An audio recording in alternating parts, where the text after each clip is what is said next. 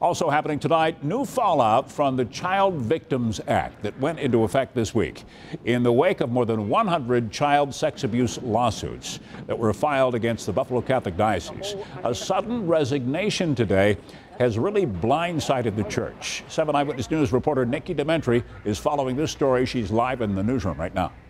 Keith, the now former dean of seminarians, Stephen Parisi, sent this 6-page resignation letter to Bishop Richard Malone just yesterday. Now, in this letter, Parisi describes Christ the King Seminary in East Aurora as a, quote, extremely hostile environment with little to no support for the seminarians. He says after a difficult year for the seminary, which included allegations of a seminarian being pursued sexually by his confessor, he had had enough. What pushed him over the edge, Parisi says, is what he calls continued cover-up of sexual abuse within the Buffalo Diocese.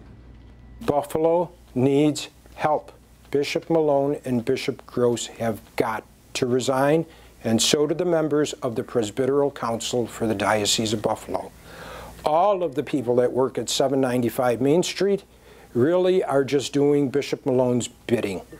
This culture of blackmail and hypocrisy within the clergy and the hierarchy is so deep, it is so entrenched.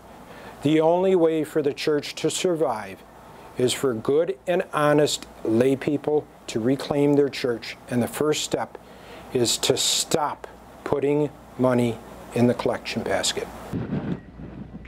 Now, before going to Christ the King in 2018, Parisi was a consecrated religious brother at Brothers of Mercy. Now, the diocese did release a statement about Parisi's resignation, saying in part, quote, "It is not uncommon for a seminarian to discern to withdraw.